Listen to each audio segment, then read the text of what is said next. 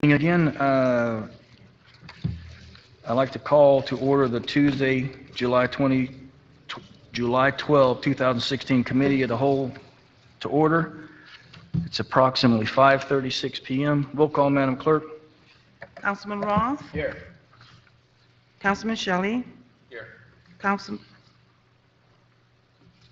Vice Mayor Faircloth? Here. Mayor Porter? Here. Any additions, deletions, deferrals? None. Tab 1 is the discussion as to the review of the Charter Ad Hoc Committee. Who's got this, Mr. Manager? Mr. Attorney? Okay, Mr. Shelley. Thank you, Mayor. Yeah, I'll kind of lay the groundwork for this, and then I'll turn it over to the City Attorney to kind of go into the details of exactly what the Charter Review Committee had come up with and what their recommendations were, and how those recommendations, what kind of effect they would have on the current charter. So we were tasked with having a charter review on 4 items, which was the mayor's term of office, selection process of the vice mayor, filling of the mayoral vacancy in the event that the mayor was removed for office or was otherwise unable to perform their duties as mayor, and also looking at the concept of single-member districts. And so we had very good participation. We had a very good charter review committee. You guys made very good selections, and everyone took their task very seriously. They showed up prepared. They asked good questions. There was good, lively debate on all issues, and everything was kind of looked into and what the options were. And I'll take you just down through the list. And so the first one was the mayor's term of office. And the idea was looking whether or not the mayor's term of office should be expanded from a 2-year term to a 4-year term. That was a unanimous recommendation by the committee to not make any changes to the charter, to leave it as is, to leave the mayors as a 2-year term of office. Some of that was that they thought that the community would like the idea of being able to change the mayor out every 2 years in the event that they didn't like the policies of the mayor, viewing that the mayor was the figurehead of the community and figurehead of the council. And so they wanted the ability to make that change if they needed to. There was also some discussion about the ability of other council members to then be able to run for mayor if the mayor was on a 4-year term and there was an off cycle, and how that would kind of affect the ability or the options of the council and the progression or from one position to another. So they decided at that point to make a unanimous recommendation to stay with the 2-year term. The second item was the selection process for the vice mayor. That was the most contentious issue that we had as far as the committee. We debated most of these items at least twice, and the way the process worked was that it would bring before the committee, we would have the discussion, we'd have the debate, we would give the city clerk or the city attorney direction as far as any additional information that we needed to make our decisions. We would have a temporary decision made on the item, and then it came back up at the end for a final recommendation, which is what you have before you here is our final recommendation. So this one was contentious. The first time it was discussed, we had a few members who weren't present, and when it came up the second time, it was even more contentious, and so it was a 4-3 recommendation to change the process in which we selected the vice mayor. And essentially, at this point, they're saying instead of being elected by the body of the public, it should be a selection by the body of the council, and it should be done every 2 years, and it should be done in off years of the city council elections. And I'll let the city attorney, he'll go into details of exactly what the details of it are and the process. But they did make a recommendation that we make a change to that process. And again, that was done based on information that was provided. The city attorney provided documentation showing what other councils did and other cities did in similar circumstances, and provided that to the committee when they were making their decision. The third was filling of a mayoral vacancy, and we had the issue where we had a vice mayor who was put in a position in which if they accepted the term of mayor, they would then have to give up 3 years of their term as council person, and we thought that we needed to find a mechanism that would not have that happen, to allow the vice mayor to actually serve as mayor and step into that capacity when they needed to, but also give the vice mayor the ability to not be punished because of their willingness to step up and serve as mayor in the time of need of the city. And so they came up with quite an elaborate process to effectuate that, as well as addressing the issue that they had in Miami Lakes, where you had a mayor who was removed from office, but then was restored back to the position of mayor, and having all the lawsuits and litigation. And so we also discussed as a committee to make sure that whatever recommendation we brought before the body as a council to consider, that it also addressed those issues so that we wouldn't be placing that in the future, those types of circumstances. And the last item, and that was a 7-0 vote as well for the policies and the procedures that they had proposed, was a 7-0 vote by the committee. The last item was single member districts, And single-member districts was a 6-1 vote to take no action. The committee found that they thought that the city charter properly addressed the needs of the city. There was some historical discussion about how it happened in prior charter review committees and how they'd established these districts and the purpose of establishing these districts. We had a speaker from, I think it was FIU, if I remember right, that came in and did a presentation to us on what it meant to go into single-member districts, to answer all the questions of the committee as far as what was the positive, what were the negatives, and have a debate about those with an expert on staff and on panel. And then it was also asked of the city attorney to provide what other cities did, and I want to say that there was, 3 other cities in the whole entire Miami-Dade County area that actually had a single-member district format. The rest all had some quasi, either at-large election or something different. And so that was a 6-1 vote to say no change. So the committee came forth and said that of the 4 items that the council asked us to look at, 2 of them should remain the same and the charter should not be amended, and 2 of them should be changed. And I'll turn it over to the city attorney now to kind of go through the technicalities of what each one of those changes would look like and the actual effect of those changes. Thank you, Councilman Shelley. I think you did an excellent summary of where the committee landed. I will start with, I think, the first issue that the committee recommended a change to, which was the selection of the vice mayor. Now, as you're all aware, under the charter as it is currently written, the vice mayor is elected by the electors of the city at each election, and the proposed amendment would have the vice mayor selected by the council from amongst its membership during off-election years. So each November during which no election was held, the council can take turns nominating each other, and you will elect a vice mayor. The vice mayor would serve for a term of 2 years, with nobody serving for more than 4 consecutive years. And as it is now, the term of the service as vice mayor would not affect the underlying council term. It's pretty straightforward. Are there any questions about the direction that the committee recommended? Mayor, if I might. Shelley? Just to supplement that as well, just because this was the most contentious of the votes and the closest of the votes, the counter argument to the proposed recommendation was, and the ones that voted against the current recommendation, they felt strongly that the choice of the vice mayor should be left to the public, that they were really adamant that it should be a public election process, and that we should find a way in which to allow the public to make that decision. And so they had some concerns about taking the selection of the vice mayor from the public and putting it in the hands of the body up here at a council level. The pro arguments were that the council should know those candidates that would be most apt or most able to fill in experience-wise and skill set-wise to be the mayor in the event that they had to be called on to be the mayor. And so that was kind of the gist of the back and forth. There was some discussion about how do we find a methodology in which allows us to do the voting but not have the confusion that we've all experienced as we run for vice mayor or as the communities tried to select their vice mayor through the election process. And we never were able to really find a process that made sense. There was some discussion about could we do a special election in an off-election year so if the public could actually vote on it. And the problem we ran into there was the cost of the special election being somewhat expensive. And so there was that seemed out that wasn't feasible as well. So I just wanted to get the background on the discussion.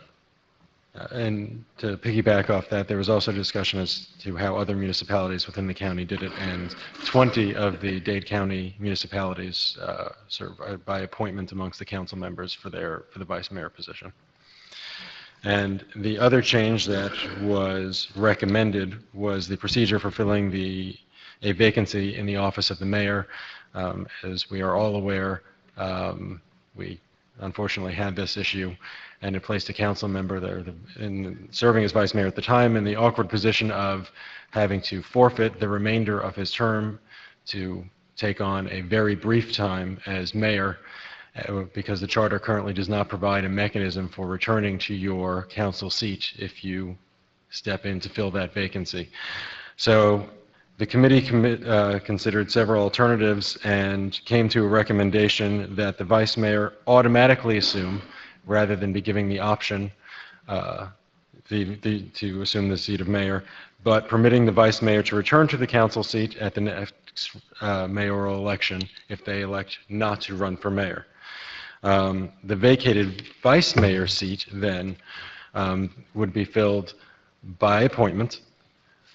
If there were 6 months or greater remaining in the term of the vacated seat, then there would be a mandatory appointment to be filled by the mayor with the approval of the council. If there were less than 6 months remaining in that seat, then it would be the discretion of the mayor whether to appoint somebody or leave it vacant. If an appointment was made, then the council would have approval over that appointment as well.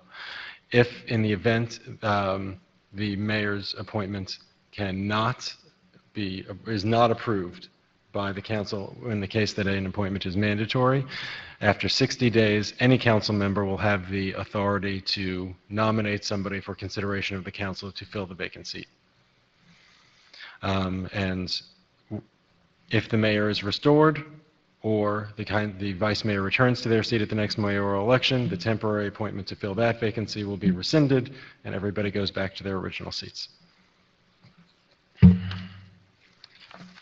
So, any questions? Questions? And Mr. Shelley, now, as far as moving forward, if this recommendation is approved by council to move forward, walk us through that. As far as the next step, so let's say that the council says that they approve of the committee's recommendations, and then they want, at that point in time, and this is more of a city attorney question, but my understanding is that from here, this is kind of the first public hearing on this item. It would then go to our next council meeting for decision on whether or not to send it out to the ballot, because we have a deadline of August 2nd or 3rd. August 9th? 9th. So we're kind of backed into a corner as far as our ability to, because my original intention was hopefully to do a little more vetting of this in the public realm, and unfortunately because of the nature of the process and the length and when we were able to actually get started, we're kind of backed up into that time frame. And so this would be the public hearing that we're able to be held, kind of get it out into the community so that we can all get feedback on whether the community supports some of these recommendations, as far as even having them go out to them. Council meeting would come up, we would then vote to put it on the ballot, and then it would go to the people to be determined whether they adopted our recommendations. And the intent would be to put it on the presidential election this year? Correct. Okay. All right. Questions from council at this point? Okay, this is a public hearing. If anyone would like to come up and speak for or against, in addition to, Mr. Losner?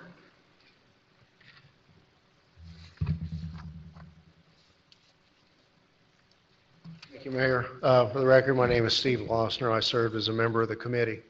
One of the side issues that's in your package as to the appointment process is to create a consistency for filling seats due to any other type of vacancy. Clearly, we've addressed the ascension of the vice mayor to the mayor's seat, thereby opening up that council seat.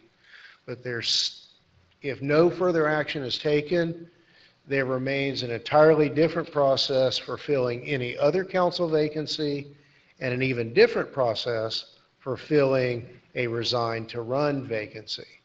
And there was some comments in your package about having some discussion or considering making the process consistent across the board, somewhat in line with what's before you tonight for the appointment to fill the ascending vice mayor's seat, to have that apply where it can apply given the timeframes to a resign to run situation or any other council vacancy. Because right now, the committee was very attuned to cost and the issues regarding special elections. The filling of vacancies for any other council vacancy still talks about having a special election, which, we have some, I think, cost estimates running, depending on when it is, anywhere from $50,000 to $70,000 or $80,000 to have one election within a time certain. And I submit that the committee has come up with a very fair and clear process, a more coherent process for filling the council vacancy that I would like you all to look at going ahead and moving forward and adopting that process to fill other types of council vacancies. Thank you. Thank you, Mr. Losner. Mr. Shelley? Yes, thank you. We forgot to address that, so thank you for bringing that up, Mr. Lawson. That was definitely discussed and something that I think is a good consideration for the council to look into, and that if we are going to put this out on the ballot to be voted on, that within the charter change for the vacancy, fill in the vacancy with the vice mayor and mayor, that we do try to make our charter consistent. I do believe that the committee did work very hard and come up with a very good kind of framework as far as being a fair way of which filling a vacancy as well as the least amount of cost to the public. So that's something to be considered if we decide to put this out to a ballot, to maybe include that, because it is a related item. Although it's not specifically related to the filling of the vice mayor, the fact that you have multiple ways in which you have to address a filling of a vacancy can become confusing and also can result in additional cost to the city. And so this is a way of of addressing all of that at once so that it's equal and fair cost, all different types of vacancies. You have any thoughts on that, Mr. Attorney? I mean, because I agree, it should be, everything should be as clear as possible. Well, if that's the council's will, it's very simple to make the proposed amendment, and I can include it in the resolution for your council package so that it would, in addition to the other changes, be included on the ballot. Mr. Maldonado? Mr. Shelley, so did you guys, just to kind of recap, did you guys also talk about those vacancies as a whole and talk about the other situations, or are you just kind of saying what we came up with and how it works for, the vice mayor, was there a discussion specific to if someone resigns to run, if someone has to go for whatever other reasons, has to move out of state? So you guys did speak about that at the same time. Did you cover that, or? We did. The way the process worked is after we took the final vote on all of these recommendations that are here before you, we had a secondary discussion about related items, and this was one of those related items that we had really almost a half a meeting's worth of discussion on, about what our recommendation would be to the city council and results of the consistent vacancy in the charter. So we did flush it out. We did have multiple discussions about the processes. The resign to run was another one that also is, I think, by charter, not charter, but by statute, correct? In our code? Correct. Resign to Yeah, run is so it's a governed by little bit statute. different. So it's not actually a charter amendment, but it also was discussed that we should modify that to bring it in line and also avoid the cost, because what happens right now is that if you have a resign to run and someone files the documents, I think within 10 days from qualifying, and then resigns at that point, then it's right. No one else can jump into that race. So as a result, you now have a vacancy in the middle of an election, which you don't have a process in which to allow that vacancy to be elected by the voters during that election process, which then results into a special election potentially costing $70,000, $80,000 to the city. So there was discussion about the resign to run and addressing that as well, to maybe even have a pre-selected open period so that it would meet some notice requirements, and that vacancy could then be placed on the ballot as if they were running, had not been a resign to run issue, but just a regular ballot issue, and that would be technically a special election for that one seat, but it would be part of the regular process and therefore not cost us more money. That was something we had discussion on and we're going to look into as well. Do you guys feel comfortable, did you guys at the end of the meeting feel comfortable to adopt the language now, or is it something that you think that would need some more discussion and maybe held at another time? And I think that's maybe a discussion. We had a recommendation. I think, did we take a vote? Did we actually take a vote to make that recommendation? Did we not? Yes. Yes. So we did take a vote to make that recommendation to council. That was a unanimous vote to make the recommendation to have us adopt those and to make it consistent. The issue with the resign to run, because it's not charter related, that would be something that would be amended as not necessarily part of the charter process, but should be amended as part of the regular process to make it consistent after some further discussion. I can support that. Thank you.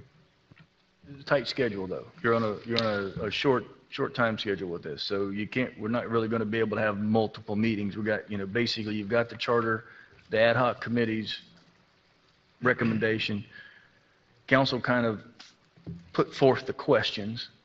So now it's time to just continue move this thing forward and see what the voters say, correct?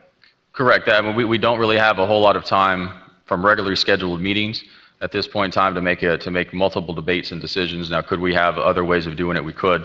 But yes, our time frame is such that any changes, any recommendations, any debate should really take place tonight, so that any direction would be given to the city attorneys to then make any additional changes, so at the next council meeting we have the ability to make an up or down decision or vote on each one of these recommendations and meet the deadlines to make a ballot if we're going to put it on a ballot this year. Okay, public hearing is still open. Anyone else would like to ask any questions? Yes, sir.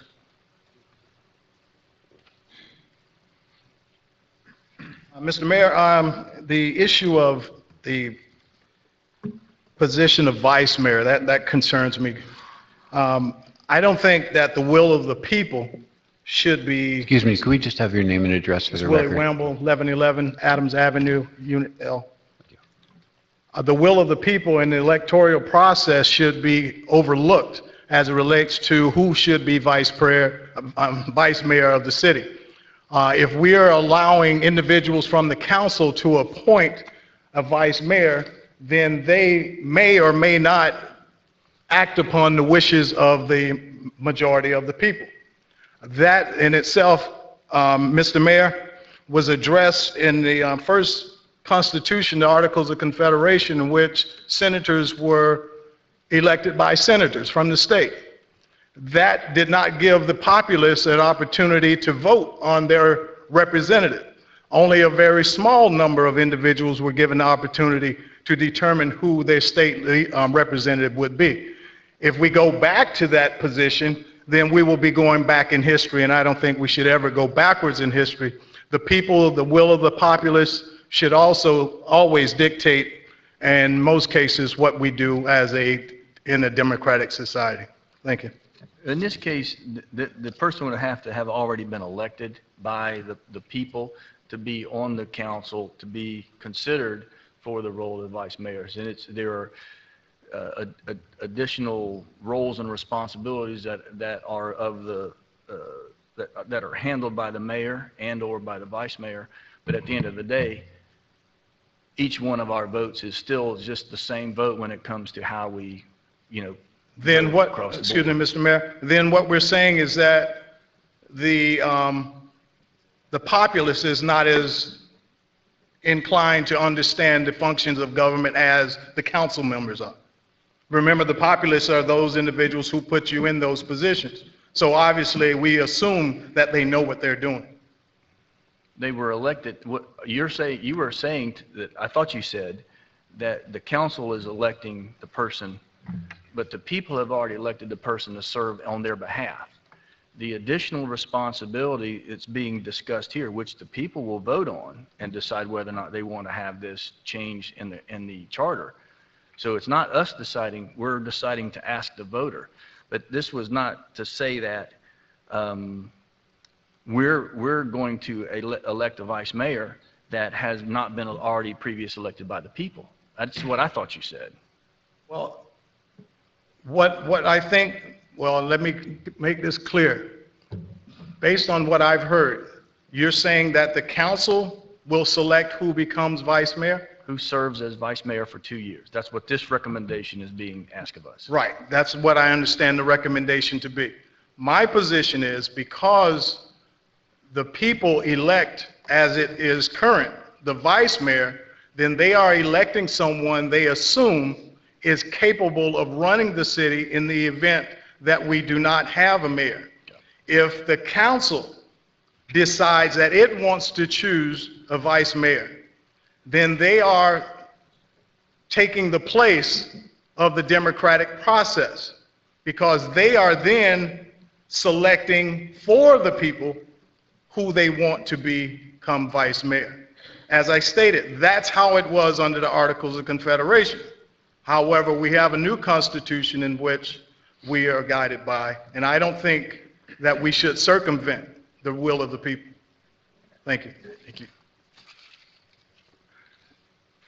Vice Mayor? Thank you, Mayor. As a current vice mayor, I can truly attest to how confusing it is to the voters as it relates to electing the vice mayor. When running for vice mayor, it's not a shoo-in, as some may have thought. It's not. It's not a shoo-in. But you can potentially lose your council seat and get elected the vice mayor seat and still lose because it's just that confusing. So in my opinion, change was definitely in order. But the beauty of this is that it doesn't stop here. our constituents, the electorate, still has the opportunity to weigh in and decide if this is the direction that they would like to take. So even if we pass it and move it forward to be placed on the ballot, the residents still have the opportunity to vote it up or vote it down. So you still have the opportunity to weigh in. So you may find some solace in that you still can weigh in, Mr. Wamble. Thank you, Mayor. I agree, Vice Mayor. Mr. Shelley, did you? Anyone else from council? I'm going to close the public hearing at this time. What's the direction from the council? Is there a motion to move this forward? Is that what we need, Richard? We need a motion to move it forward and to the next meeting? Move it forward, and then a clarification as to whether you want us to move it forward with the additional change that was suggested by the committee dealing with the other vacancies, or move it forward as it's been presented. Mr. Maldonado. Just for the record, it's just the recommendations in regards to the vacancies. There are no other recommendations that were discussed that we're bringing on board, correct? Correct, yeah. As far as additional items for the council to consider at this time, it was only the recommendation regarding the vacancies. Okay, thank you. Is there no motion? Yeah, this is so important. I want to make sure that I understood your question, and that was, okay. Your vote is to move all the committee recommendations forward, and in addition to that, the one that dealt with other vacancies. It's an important vote, so I wanted to make sure you're clear on it. Okay. Mr. Manager, did you? Mr. Maldonado? I'll make the motion if we need is it a motion that we need to make? There's a motion. Is there a second on the motion? Second by the Vice Mayor. As stated with the recommendation. With the additional, is that correct to you, Vice Mayor?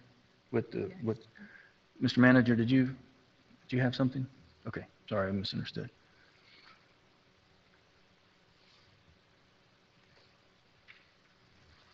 All in favor of the motion?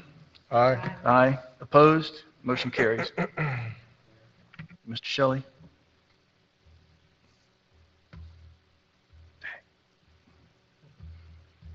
Locked up again. Thank you. No, I wanted to recognize we have a lot of our committee members here. I should have done this at the beginning, and I forgot to do it. But I just want to go ahead and for the record, we had on our committee, we had Sean Fletcher, we had Travis Johnson, Stephen Losner, David Lowens, Michael Marcus, and Adelia Martinez, and Terry Weinstein. That again did a very good job. They came prepared, and I just want to publicly thank them for their hard work. And again, many of them are here tonight because they are passionate and they care about this. They were here in case you guys had any questions for them. So thank you guys for your service. I agree, Mr. Shelley. Thank everyone, because I know it's, I heard very good things out of the committee. Very healthy conversation, very honed in on focus, and I thank everyone for participating. I think it was an excellent group from all the information I heard. Anyone else?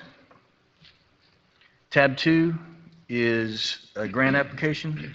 Mr. Attorney, Mr. Manager? Mayor, the Department of Justice has allocated the City of Homestead's Police Department grant funds in the amount of $72,790 to assist in the effort of reducing crime within the city. The allocated amount is based on the UCR crime report for the previous year. The funds will be utilized for training, overtime, the purchase of one motorized T3, and supplies for the community policing unit. The contract will be provided once the public hearing has been held and the budget approved. The grant award documents and the resolution will be brought back to the council for approval once they have been received by the city. It is anticipated this grant award documents will be brought back before council in September. Staff's recommendation, Mayor and Council authorize the city manager to approve the attached Department of Justice JAG grant application budget. Public hearing is required prior to the acceptance of the grant award. Mr. Attorney, now we have to open this up like a public hearing, or is this just we have to have it in front of the public? Just have an open meeting? Open meeting. Okay. Any questions from council on the exception of this, accepting this grant? Is there a motion? Move it. Is there a second? Moved and seconded. All in favor? Aye. Motion carries. Tab 3 is the approval of the minutes. Is there a motion? Move it. Moved and seconded. All in favor? Aye. Motion carries. Tab 4. Mr. Manager?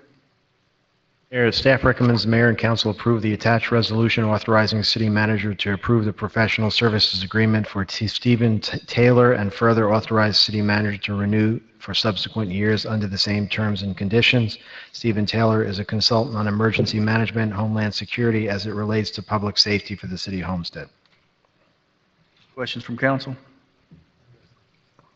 Mr. Maldonado? I didn't see anything in regards to his background. Did you guys give that to us, staff? He's here. Did you want to come up and introduce yourself? Excellent. He's tall just like Ed. That's weird. Steve Taylor, and I live over at 1240 Northeast 41st Place here in Homestead. Excellent, excellent. Yeah, just, I guess just for background-wise, wanted to see if there was anything in regards to past experience. I didn't see it when I was going through it. I participated in a few of Homeland Security and FEMA's kind of scenarios when we're talking about policy and bringing on board emergency operations center individuals. And so kind of just wanted to see some of the, I guess, the certifications, what you do. So I wasn't able to see that. So, but I'm pretty sure that our city manager and his staff does that. I know that he doesn't let anything get by. Also, we'll include it. It should have been in the packet. For some reason, it's not, so we'll include it for the regular council meeting. But since he's here, feel free to kind of give your background to the council. Sure. I've been involved in emergency services for 40 years. I started back in New Bedford, Massachusetts as Deputy Director for the Emergency Medical Services there for the city of New Bedford. I was also Director for the Training Academy, and I did that for about 18 years, came down here to Florida, and then worked my way up through to Operations Manager for American Medical Response, which is, as you know, one of the largest EMS providers in the nation. And through that 40 years, I've had the opportunity, or misfortune, if you would, if you want to call it, to work many disaster situations, also working in the security environment on the medical side more, because primarily I've worked on the medical side rather than law enforcement, although worked hand in hand with Secret Service and other agencies when we've had dignitaries come over to the city and speak and whatnot. In addition to that, managing 105 ambulance crews and protecting our assets, especially down here in South Florida, where we are susceptible to large storms and things like that. So through the decades, I've had a little bit of experience in many aspects, and it suits fine, and it's perfect for a position that I'm reaching for here in the city of Homestead. That's pretty much a quick summary. And just as an interesting side note, we had asked Ed Bowe, who retired, if he had anybody he could recommend for the position, and this was Ed's recommendation. And when we found out somebody who lived in Homestead had this kind of background, it was the perfect fit for us. Excellent. Well, thank you so much for sharing that information. I just wanted to get just a little something. So, Sure. And I'm sure the city manager will provide us with the rest of it. And if the opportunity arises, anytime you want to meet up and speak and The other thing learn is, more about me. we had a measure of success with Ed is every year we renewed his contract, we didn't get any storms, so Yeah. that's going to be the measure of success. Okay, all set. Thank you. Anything else, sir? That's it for me. Thank you. Mr. Roth? Thank you, Mayor. I'm assuming we already have an emergency management plan in place. And I think you just answered one of my questions. I guess Ed was the one who was responsible for planning, training, et cetera. I think he was also called the weather guy around here, that he was always tracking the weather. Since Hurricane Andrew, and I think 2005 and 6, we've been pretty fortunate not to experience any major catastrophes when it comes to weather-related type things. But in light of what's happened across the country, are we also thinking about the other things that could possibly go wrong? The shootings and the things that would require us to open up an emergency operating center to coordinate all these things. I would like to actually go through some of that process with that, if that's acceptable, to just know that we're prepared for an emergency when it does happen. Whether we can expect, but those uncited things, such as happened in Dallas this week or last week, those are tragedies that none of us can explain or none of us can expect to happen. So, to be prepared for things like that is kind of something that I would like to know that we really are prepared for that. And I don't know that. I'm sure that law enforcement and the chief and you guys go through your drills, and utilities go through your drills, and public works goes through their drills for emergency response. But if we do have a plan in place, I mean, is it written? Do we know Yes. who's communicating with who, at what times, who gets called if there's something that goes wrong, so that we up here aren't the last to find out that something tragic has happened.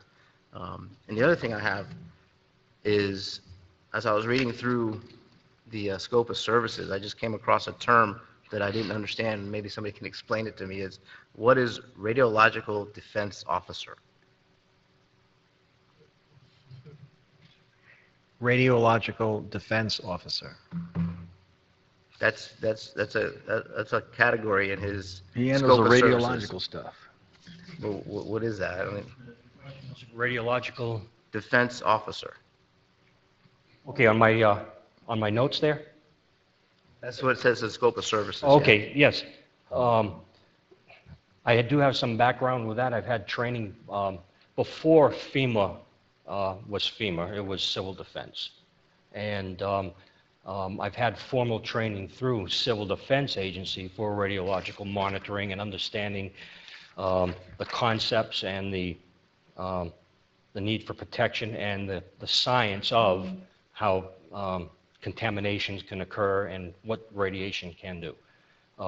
Now, if I know our community sits adjacent to a nuclear power plant, and it will be part of my responsibility to liaison with the folks there, and not only to educate myself more on what the community needs to know about radiological defense.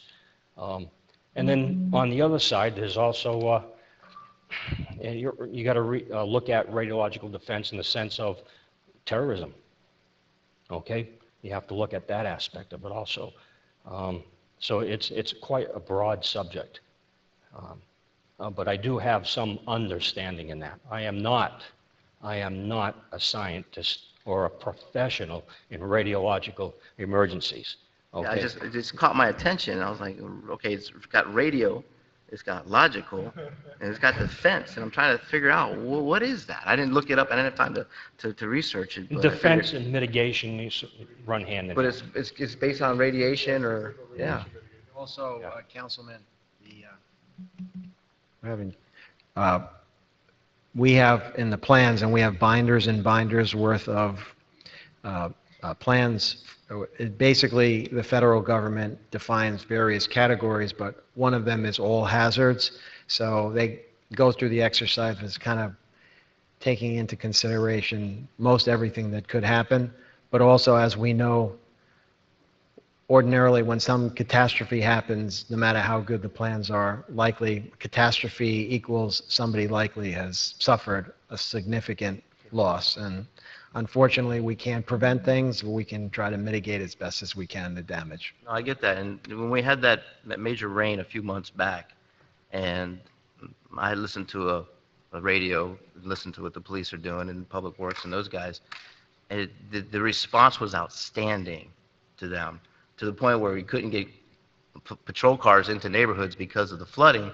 They were actually using code enforcement vehicles, the trucks and those things. So there's obviously a good plan in place, and it was executed, I think, perfectly that day when we had that just major rain and transportation, and we couldn't get around in the city. So it's good to know that those things are in place, and I know that the police and Public Works and those guys know what they're doing out there, and I'm proud of that, and I'm glad that that's there. And just for my peace of mind, if it's written in a book somewhere that chief calls the major calls, Public Works, and we know that there's a chain of command that exists. So I appreciate that, and I appreciate their effort during that time too. Thank you. That's all I have, Mayor. Thank you. Thank you, sir. Any other questions? Is there a motion? Moved and seconded. All in favor? Aye. Motion carries. Tab 5. Staff recommends the mayor and council authorize the city manager to renew the contract with Markham LLP Accountants and Advisors for auditing services for an additional 1 year in the total amount of $131,065. This contract covers auditing services for financial audit, federal single audit, state single audit, and special compliance audits, the Children's Trust and GOB for the fiscal year ending September 30th, 2016. Subsequent annual renewal may be mutually agreed to. Carlos, you happy? Yes, sir, I am. Okay. Is there a motion? Is there a second? Moved and seconded. All in favor? Aye. Motion carries. Tab 6. Mayor, this is staff recommendation. The mayor and council adopt the attached resolution allowing Metro PCS to extend its site lease agreement. Revenue to the city? Yes, estimated annual rents due 2016, $41,048.03.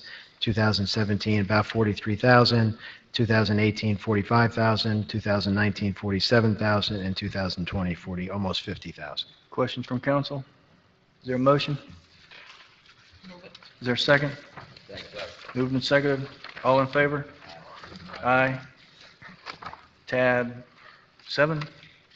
Mayor, staff recommends the mayor and council approve the attached resolution authorizing city manager to purchase one Alltech AN55E OC bucket truck to be used by the electric utility. The purchase also includes the installation of the required additional equipment for this vehicle.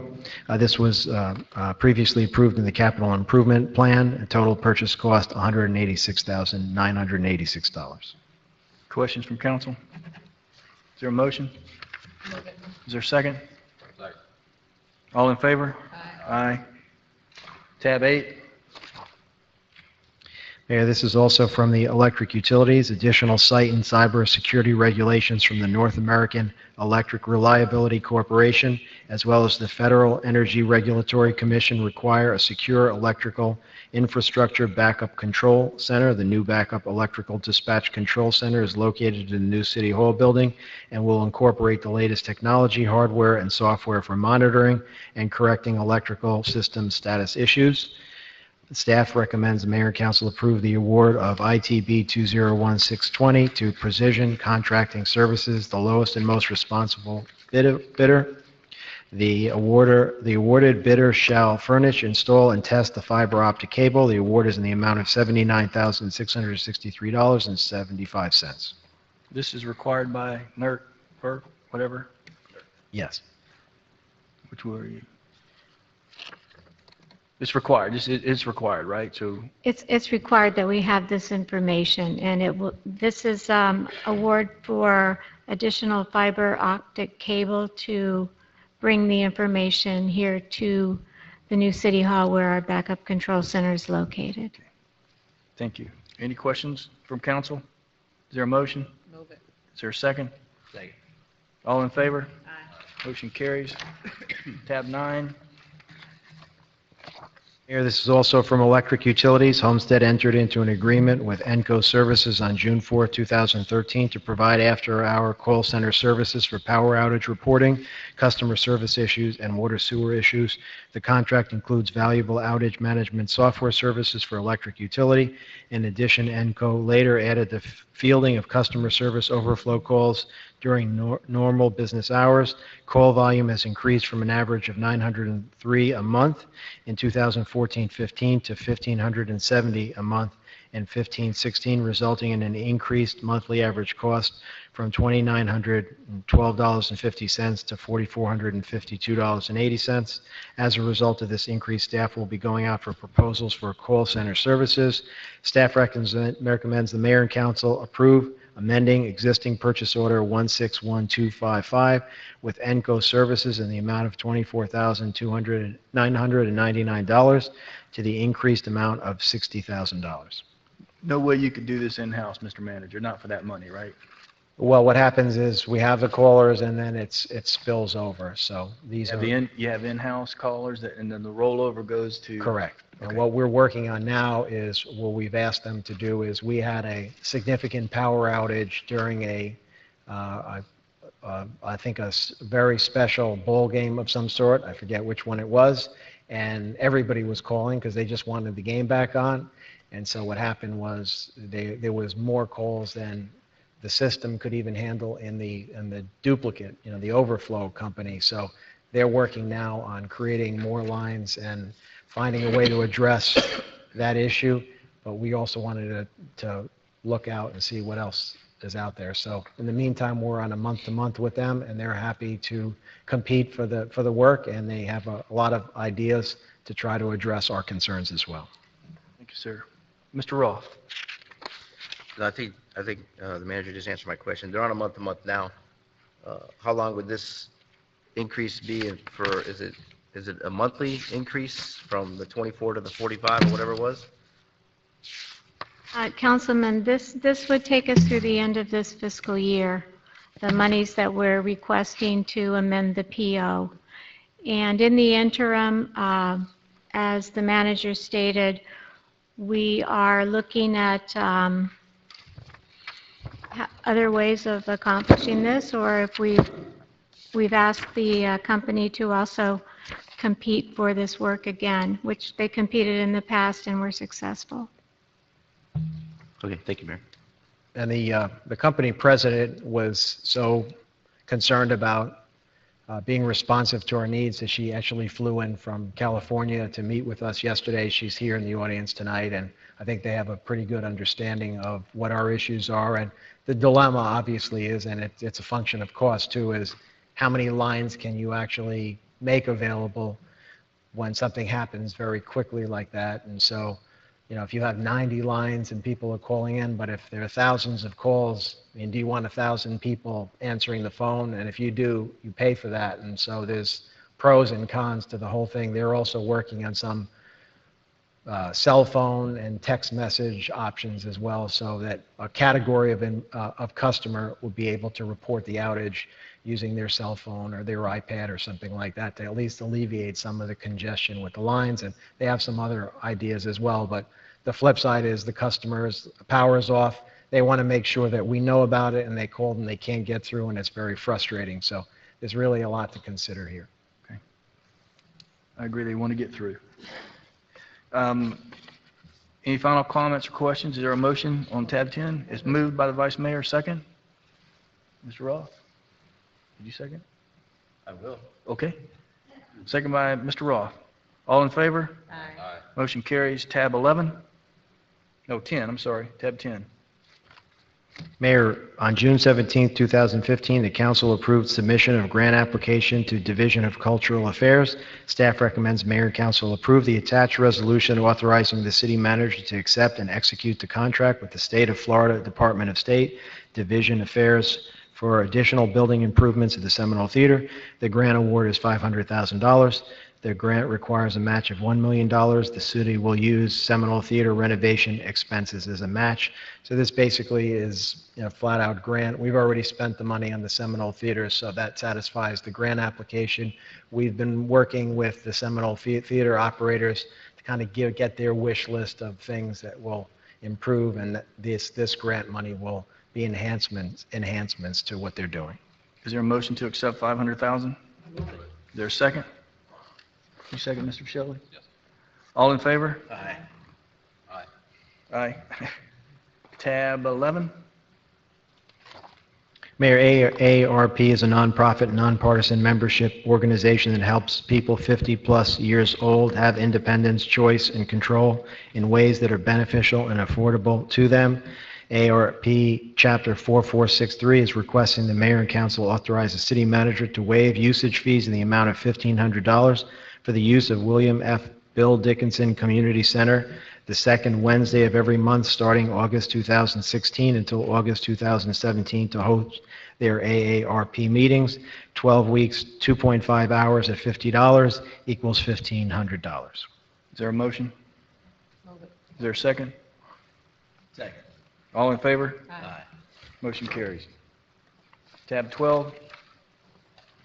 Mayor, this is the Children's Trust has awarded funding for an additional year, August 1st, 2016 through July 31st, 2017, to provide support services to 280 families and 560 children who have been exposed to family violence. This funding includes support services provided by local nonprofit agencies, SOS Mujer and Familia, and will allow for judicial assistance, counseling, relocation, safety planning, and basic individual needs. These agencies are geographically divided in order to facilitate services in the north, central, and southern communities of the city of Homestead. This award of $400,000 funds one part-time program director, 6 care coordinators, and 1 part-time data entry clerk. Staff's recommendation that mayor and council approve the attached resolution and authorize the city manager to execute the contract agreement with the Children's Trust of Miami-Dade County in the amount of $400,000 for support services to families exposed to violence. And Mayor, if it's the will of the council to approve this onto the consent agenda, I would also ask that you consider, what are we calling it? Informal. Giving a nod. A nod or informal direction. The contract has to be signed, sealed, and delivered August 1st. Because our council meeting is so late, the concern is that if we don't sign anything and start the process before the council meeting, they may have trouble and may lose the grant. And so while we recognize that it won't be official until the council meeting, assuming you're okay with this going on the consent agenda, I would also like to sign the contract, assuming approval at the next meeting so that they can start with their process. Is there a motion with an informal nod? Move it. Is there a second? Moved and seconded. All in favor? Aye. Thank you. Motion carries. Tab 13. Staff recommends mayor and council approve the attached resolution authorizing city manager to purchase one 2016 Dodge Charger patrol vehicle from Auto Nation of Pembroke Pines, one undercover vehicle from Auto Nation of Pembroke Pines, and one undercover vehicle from Don Reed Ford. This purchase is in accordance with Florida Sheriff's Association Contract 15-23-0904. Total purchase price of the vehicles, $104,175. Funding will come from the following: self-insurance fund, $70,346; general fund, $1,923; reimbursed by task force, $31,906. Any questions from council? Is there a motion? Move it. Moved and seconded. All in favor? Aye. Motion carries. Tab 14. Mayor, there's currently one asphalt compactor to service all of the city's storm drains and infrastructure due to the demands placed on their current vehicle, and as the city has continued to grow, the purchase of this additional equipment will ensure that the city has the ability to continuously maintain the safety and proper function of the city's infrastructure. This equipment will provide city staff the necessary tools to ensure compliance with state requirements as set forth in the National Pollutant Discharge Elimination System. This purchase is not part of the original CIP. This purchase is made in accordance with the Florida Sheriff's Association's Equipment Award System Contract 15-13-0904. Staff recommends mayor and council approve the attached resolution authorizing the city manager to purchase one 2016 Volvo DD25B double drum asphalt compactor with a 47.2-inch drum. The total cost is $34,865.12. Questions from council? They fix potholes with this? Okay, let's buy it. Any questions from council? Is there a motion? Move it. Moved and seconded. All in favor? Aye. Motion carries. Tab 15. Mayor, the city of Homestead is required to continue a citywide sewer system rehabilitation, infiltration, and inflow reduction. Miami-Dade County Water and Sewer Mandate outlines a series of customer requirements to meet minimum compliance. The city's infiltration and inflow project will perform a variety of studies and construction-related tasks to the city's existing wastewater sanitary system. This will include the collection, system assessments, rehabilitations, and wastewater system management. A major component of this mandate consists of the completion of the sanitary sewer evaluation survey, followed by sewer rehabilitation and post-rehabilitation and flow monitoring. The mandate outlines the compliance of 5,000 gallons per day, inch miles for infiltration and inflow per Miami-Dade County Code. The initial requirement for the SSES 10-year cycle was completed in 2006. The city is currently working toward the completion of the final requirements. Staff recommends Mayor and Council approve award of ITB 201628 for the repair and rehabilitation of the wastewater collection system as shown below. Questions from council, Mr. Maldonado? Thank you, Mayor. To Julio, I know this is yours. We did this a few years ago, and where they were repairing a lot of the drainages to make sure that we weren't leaking anywhere in the city. This is kind of a continuation of this? Correct. Basically, this is a continuation of a program. It's actually funded partially 76% by EPA, by an EPA grant, and we're just continuing. We got some additional monies from them, and we're continuing the process. We eventually have to do the whole city. This will get us to about 70% of the city being done once this is complete. So it's basically to make sure that our sewer lines don't have any leaks, and basically we don't get any rainwater going into our sewer lines, and therefore having to treat them at the treatment plant. And so they're also being repaired at the same time? Correct. This includes investigation, determination of the repair method, repairing, and then inspection of the final repair. Okay. All right, thank you. Is there any other questions? Is there a motion? Move it. Moved and seconded. All in favor? Aye. Mayor, this last item is related to the last one. 16? Yes. And staff recommends Mayor and Council approve the attached resolution, authorize city manager to execute the contract agreement with Hazen and Sawyer to oversee the construction of the inflow and infiltration reduction program. Questions from council? Is there a motion? Is there a second? Moved and seconded. All in favor? Aye. Mr. Mayor, before you adjourn, unfortunately, I have to request 2 executive sessions. One is a second action.